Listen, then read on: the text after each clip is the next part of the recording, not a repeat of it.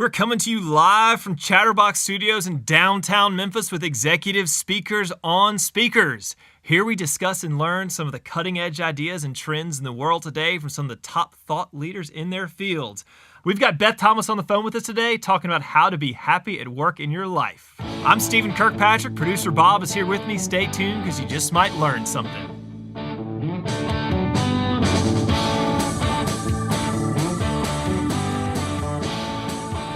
So Beth Thomas is one of corporate America's foremost authorities on employee engagement and change management. As Sequent's Executive Vice President and Managing Director of Consulting Services, Beth is responsible for the overall success of the consulting practice.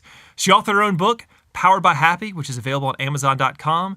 It's the secrets on how to get and stay happy at work. You can also find out more information about her on our website, www.executivespeakers.com/Beth Thomas. We're going to roll right into the interview with Beth. Looking forward to it. We are so excited about having Beth Thomas on the phone with us. As mentioned before, Beth is the Executive Vice President and Managing Director of Consulting Services at Sequent. Beth lives in Columbus, Ohio. She is also the author of her very own book, Powered by Happy, How to Get Happy and Stay Happy at Work. Beth, thanks so much for joining us today. Thanks so much for having me.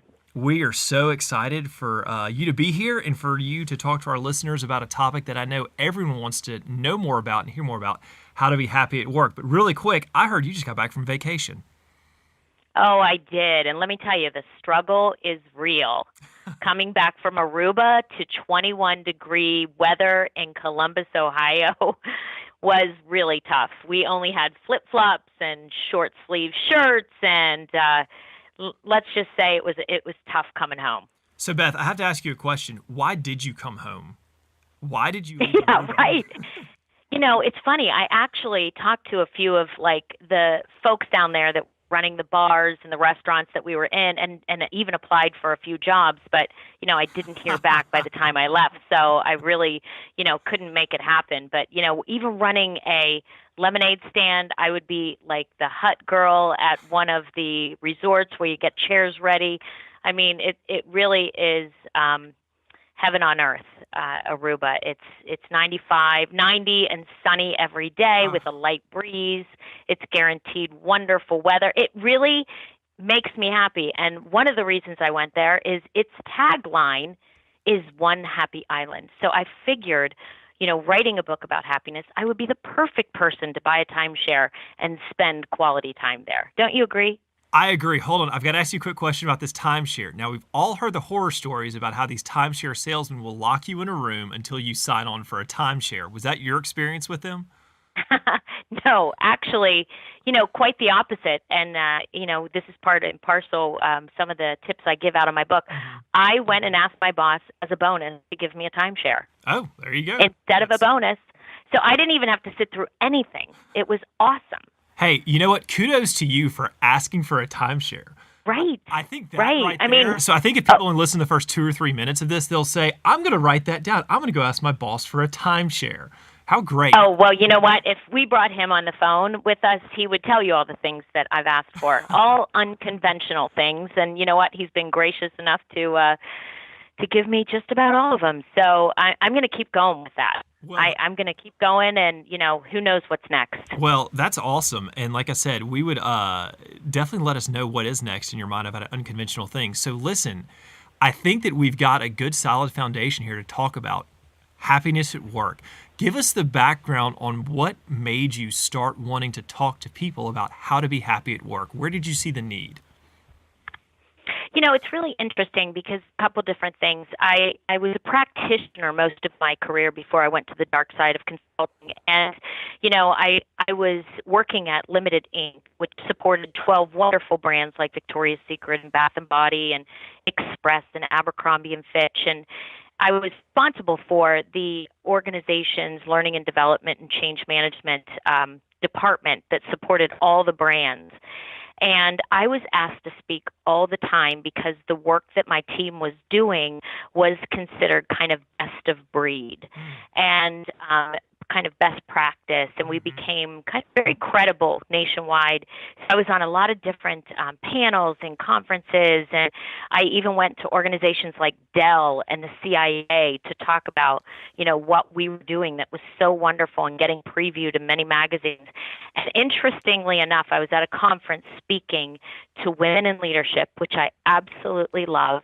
There was standing room only, people sitting on the floor outside the actually outside the door sitting and listening, and an editor experienced that, and he came up afterward and he said, Beth, honestly, he said, you have like a following. He said, everywhere you go, it's like you could be talking to hundreds of people, but you make them feel like they're in your living room. And he said, you just appear to have it all, and you seem so happy, and women want that. Can you see yourself writing a book on that? And I looked at him and I said, after being a contributing author to 4 other books on learning and development, I looked at him and I said, now that I can write about. That is something that I absolutely feel like I'm a credible, self-proclaimed expert in happiness. And that started the book, which then turned into speaking engagements about happiness. Got you. Okay. Obvious question. You've got Victoria's Secret, you've got Dell, you've got CIA. I would say those are 3 different companies with 3 very different missions as far as what they are trying to do. So the obvious question is, are there similarities about happy at work? Are there some techniques that are universal that people can take in? Or is it going to be different depending upon the kind of company that you work in? I think it's different based on the kind of company and the culture that they are trying to achieve. Some cultures have very mature cultures. Some cultures are very entrepreneurial. Some cultures are very young, and the millennials, and, a very different style of work that the baby boomers had. So one of the things that I've found out, and I do this with speaking, and I've done it as my years in corporate training, you really have to understand the audience that you're trying to speak to and that you're trying to help. You want to understand their pain, what their expectations are, and as a speaker, you try to achieve that. So I have to be a little bit of a chameleon and take the concepts from my book and apply it based on the culture that they're going after, based on the pain that they're going after, or that they've experienced. I went and spoke at Columbus Dispatch yesterday, and we just had an unfortunate downsizing in the organization, and they wanted me to come and lift people up, after they've been through that. So, some of them are feeling survivor's guilt, and, then you have the CIA where they're very serious. So a lot of the techniques that you may use to motivate employees or engage employees is not going to work at the CIA, probably not even allowed at the CIA. I'm surprised I even made it in the door after the background check. I mean, it was intense.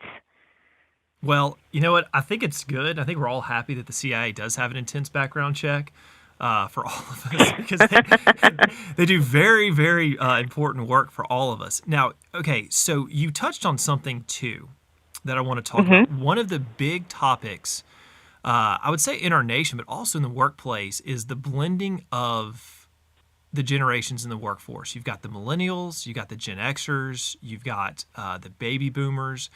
All 3 seem to have their different working styles. And I know lots of corporations and lots of our listeners are wanting to know, how can we run a company and meld all these 3 together and still come out with some semblance of all being on the same ship?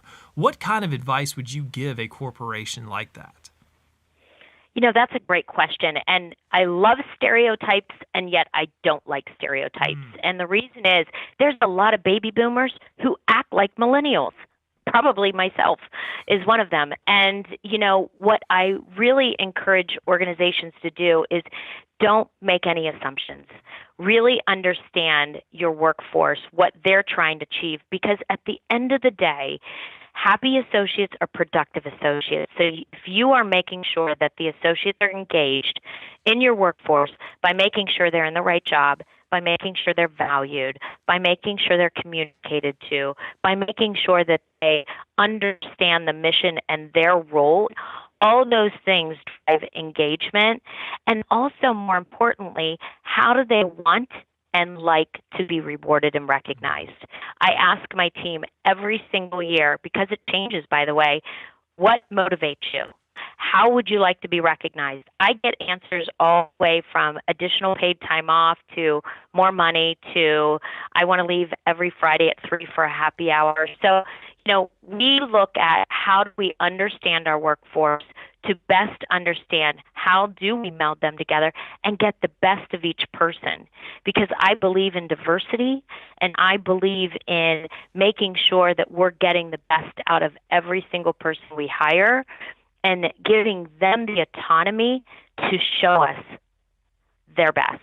And, one of the things that my CEO did with myself is he has the philosophy, hire the talent and build the function around it. If you try to put people in a box, you may lose a lot of what they have to give. So the different generations offer so many different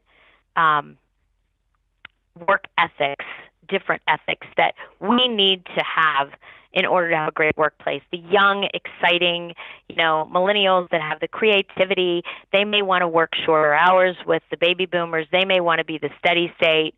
We need them all, but it's really understanding how each of them can be engaged individually and then create the team culture.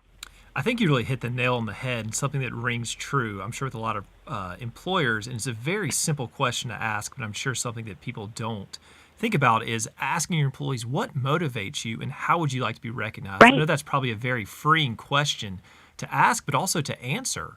And again, you talk so much about culture and engagement, employee engagement, but I mean, that's literally asking them, hey, how can I get you more engaged? So I think that is a great takeaway for our listeners today. So let's change gears a little bit and talk about another topic that I know is very near and dear to your heart, and that's women in leadership.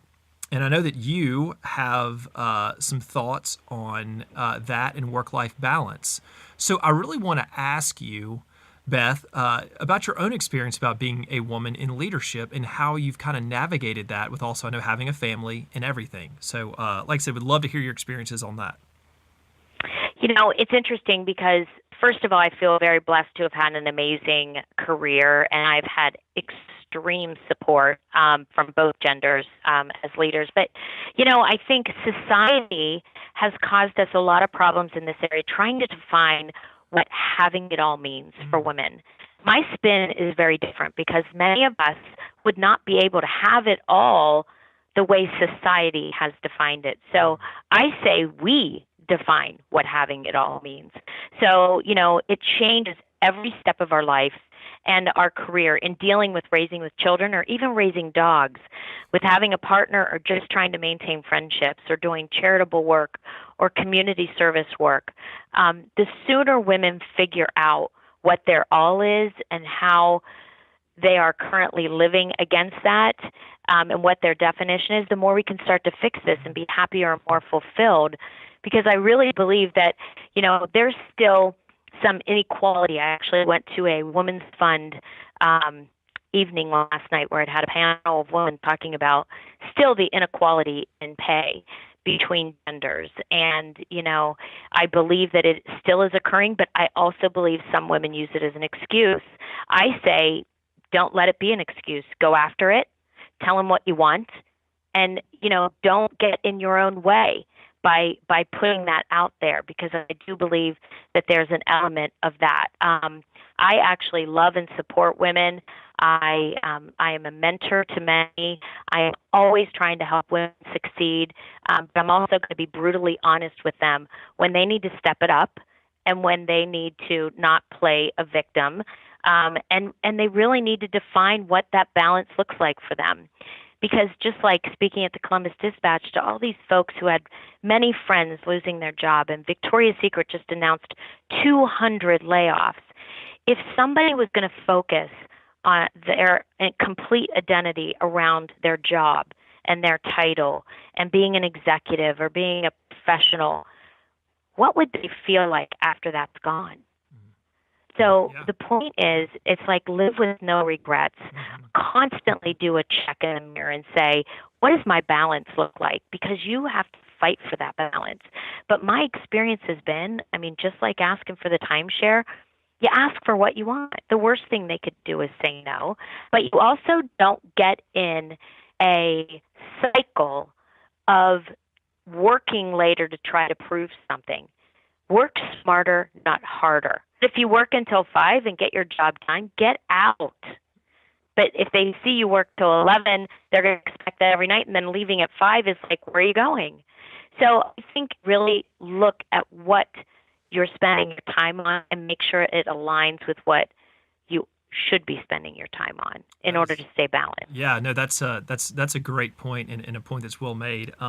If you're just joining us, we're talking to Beth Thomas, who is VP and Managing Director of Consulting Services at Sequent. To find more information out about Beth, you can visit our website, which is www.executivespeakersbureau.com/Beth Thomas, where you can find speaking video of Beth, as well as her speaking topics and her bio, and also contact information to get in touch with us about how to book Beth to come to your organization or to your association and do a speech. Beth, I want to take this a little bit deeper right now, and we talk about having a definition of success and not buying into what society's definition is of having it all. And I think that's really powerful thing. Now, especially for some of our younger listeners, they may be saying, hey, I don't know how to define happiness and having it all for myself right now. I'm just new in the working world, and I don't know what it is because all I've been doing is listening and taking things in my whole life. What steps or process would you recommend to one of these young listeners to finding out, hey, what is this definition of happiness and success for me? That's a great question because I have a lot of women who actually ask that. How do I start? Because it's interesting. I will be speaking to hundreds of people, and I will ask the simple question. How many of you have ever sat down and written your definition of happiness? And out of, say, 300 people, I'll get maybe 10 people raising their hands. And it's interesting that it's so coveted to be a happy person, to have a happy life. You see so much about it. You know, Harvard is touting their number one class as Happiness 101. You see Berkeley, you see tons of books about it, mine being the best. And, you know, it's interesting that you have people that still don't do that. They don't sit down and write down what that definition is. If you don't know what the definition is, how are you going to try to achieve it? So I sit there and talk to them about not what you're skilled at, not what your job is, not what you're used to doing, but sit back and think about things that make you happy. Like when I think about a perfect job scenario, what does that look like? What are the things that I love doing at work? And create that perfect job scenario and think of how can I obtain more work that equals the things that I love to do? Can I get on a different project? Can I get on a different team? Can I look for a new job? The thing is, you've got to think about what brings you happiness. Same thing with having it all. If you wrote a pie and you start saying, I want to spend 20% of my time with friends, 40% at work, 20% with charitable organizations, and 20% with my pets, you know, then you say pie, okay, where is the pie and how I'm actually spending my time? And then you know what adjustments that you need to make and go after. It's very simple. You create a plan, and then you start trying to achieve the plan. But you have to understand what's the end in mind. What am I seeking to achieve? That's good. So again, change gears one more time on you here, Beth. I know we're getting close to the end. So a lot of people listen to this podcast are speakers or aspiring to be a speaker. What would you say? Because one of the things that's very key, and you've already hit on it, is knowing your audience who you're speaking to and being able to tweak your message to that audience. What's some of the homework that you do before your speech and some of the questions you ask to know your audience? And then how do you change your message to fit that audience? Well, it's obviously as a speaker, you can't have like a different speech for every single thing that's completely redone, but you can make tweaks. So I always have a pre-speech conference call with the folks that I'm speaking to or who engaged us. And then I talk to them about what are some of the things that they've struggled with? So what's the pain in the organization? I talked to them about what would be some of the expectations that they would want to get from my speech. For example, if they were to say, Beth, you knocked it out of the park, what would I have achieved to get that? So I really just have a pre-conference call, and then I try to make adjustments, and I try to personalize it a little bit. So, for example, I have a couple pages that says, what makes you happy? And I ask them for pictures from their own organization. So I have pictures of company picnics and, tailgates and happy hours, and they love that. So you want to try to personalize the speech as much as possible, but also just finding out what they need from you and working really hard to try to get that. So I really try to, with every single speech, make sure that I'm giving them the value that they expect and more, and then some. Beth, what has been your worst speaking experience? Oh, well, that's really funny because according to me, I haven't had any. Oh, okay, there you go. I have, the funny thing is I really haven't had any experiences where I walked off and said, man, I bombed that. Now, they may say that, I've never really gotten that feedback. They may feel that. But, the funny thing is I'm very high energy. So I love to be motivational, and I really feed off the audience. So I have fun with them. I laugh with them. I'm interactive with them. So I would say, if it's a small crowd or if it's a very serious crowd, it just takes me a lot more energy to pull off what I normally do. And it's just me, pretty much dancing on the stage to try to get them to have energy. But, it's funny because I spoke to an IT organization for a very large retailer, and I was dreading it, thinking, oh my gosh, IT folks, I can say this because I used to work in IT, but I'm like, oh my gosh, they're so serious, and they're going to think I'm, just quacky. Because I hate when people think that the title happiness is trite. It's actually very powerful for folks to be happy. So being happy and engaged at work and all the statistics that come along with how that increases your bottom line and, your customer retention and employee retention. So I try to get people to think about how serious of a topic this is, although it's lighthearted in delivery. But even with those IT folks, man, I had them laughing, I had them engaged, and but I would say, so from a worse speaking engagement, it's really the smaller ones that they're forced to go there. Yeah, got you. Yeah. All right, Beth. It is the time you've been waiting for. It is time to play 3 random questions. We're going to see how smart you really are. I'm going to ask you 3 questions. Right. Totally okay. random. Beth does not know, has not gotten these on the front end, so we're going to test her knowledge. If you get 2 out of 3, wait, do I get prizes? If you get 2 out of 3, you win. If you get 3 out of 3, okay. You're a certified genius. All right. Okay. So all right. no pressure. Okay. First question: what is the best time of day to have a first date? A lunch date or a dinner date? A first date? Yes, first date. Best time of day to have a first date. Lunch date or dinner date? Dinner date. Oh, that is correct. We're 1 for 1. Great. Okay, true or false question. In June 20th, 1789, the Estates General took the tennis court oath. Was this a pivotal moment in the beginnings of the French Revolution? True or false? False. Beth, I'm sorry, that's actually true. According to most historians, that was... Yeah, sorry. All right, it's okay. Got a third question. No pressure at all here. Like I said, if you don't get this one, you lose. What is the best thing about living in Columbus, Ohio? Not the weather. Not the Big Ten. That is correct. We will give that to you. That is correct. Not the Big Ten. Yes. Very good. Yes. Beth, congratulations. Woo-hoo. You are a winner. We will stick something in the mail to you, Bob. I don't know what we have, but we'll find something for everyone. Something. Thank you so much for listening to our podcast today. Beth, thank you so much for joining us. It's been amazing. I think I'm going to go work on my happiness plan this afternoon. Good. Actually, after I get off work. It's been fun. That was our interview with Beth Thomas. If you want more information on Beth, her website is www.sequent.biz. You can also go on to the Executive Speakers Bureau website, www.executivespeakers.com/Beth Thomas, where you can find her bio, speech topics, video, and contact information for how to get her to your corporate event or association event or your women's event. Beth would love to do all of them and do a great job. We want to thank everyone so much for listening today. Especially thank you to my wonderful guest, Beth Thomas, and the information that she provided. We hope you enjoyed it as much as I did. This was Stephen Kirkpatrick with Executive Speakers on Speakers. Looking forward to talking to you next time.